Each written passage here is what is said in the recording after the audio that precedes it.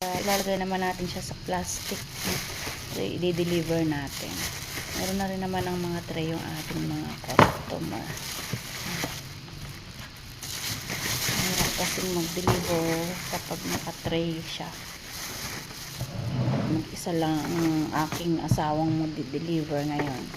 Wala siyang kasama. So, ayan.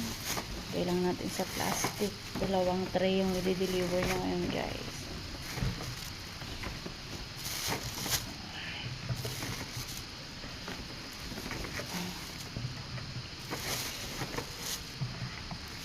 Ayan, guys.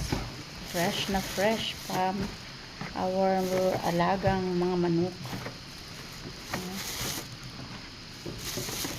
Sarap nito, guys.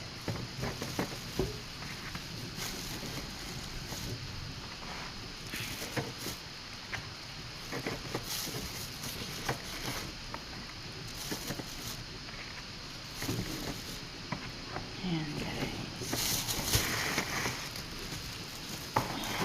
Medyo masakit pa yung ating hindi ko talaga kaya magbuhat. So, ayan. Akin na yung basket pa. Ayan.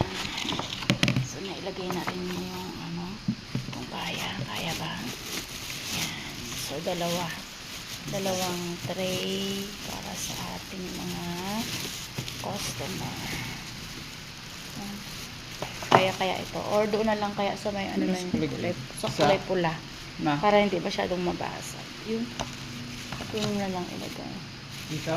So, bye-bye guys. So, deliver na ito ng aking asawa. So, siya ang magde-deliver. Iba pa. Ayan. Tulungan lang pag mag-asawa, diba? And bye guys.